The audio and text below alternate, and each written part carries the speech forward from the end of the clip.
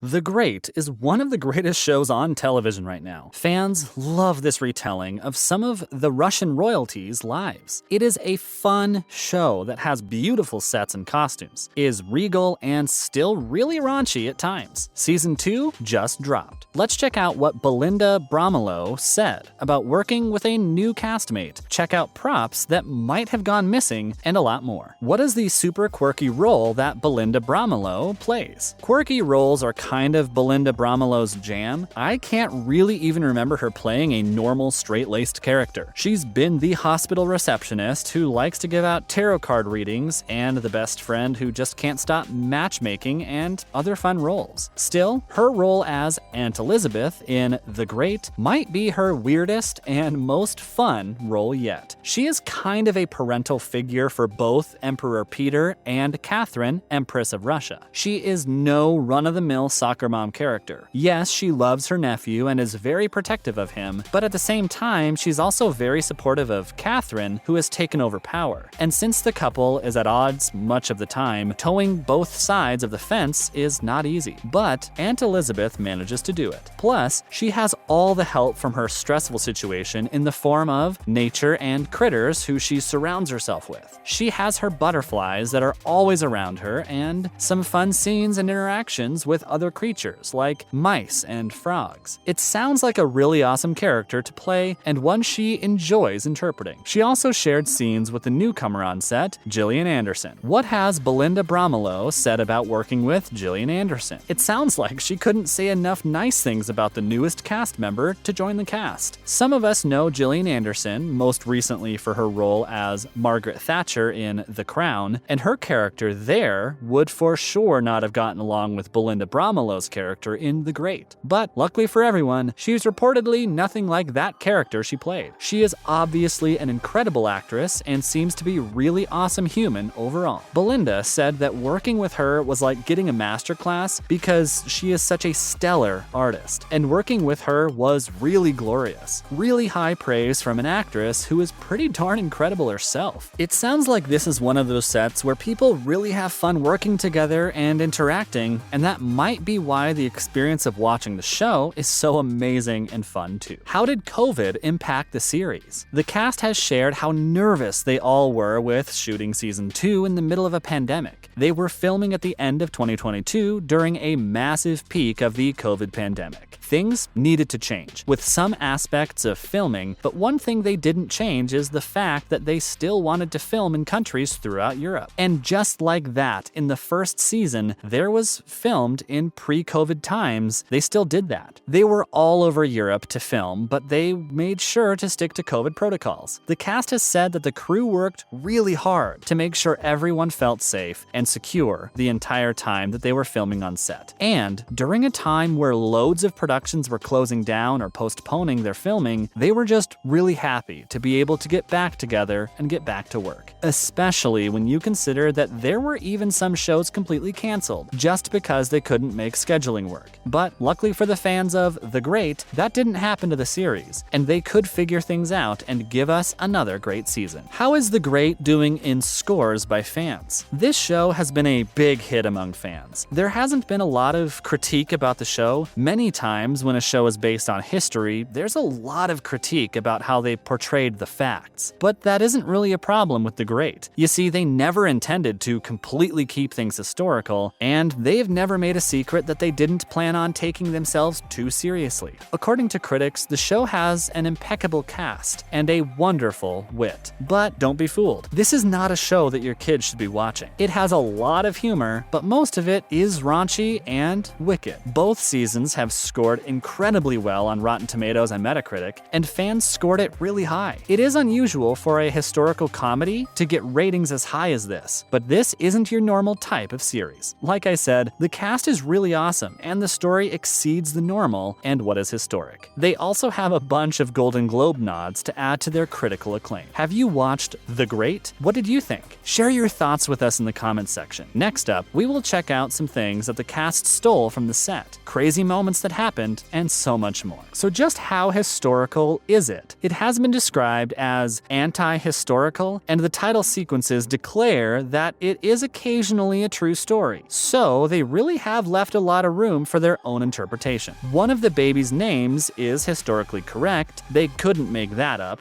There are a bunch of historical people and relationships that are real, but then they create their own spin on things. Catherine is, of course, real, and she was a ruler.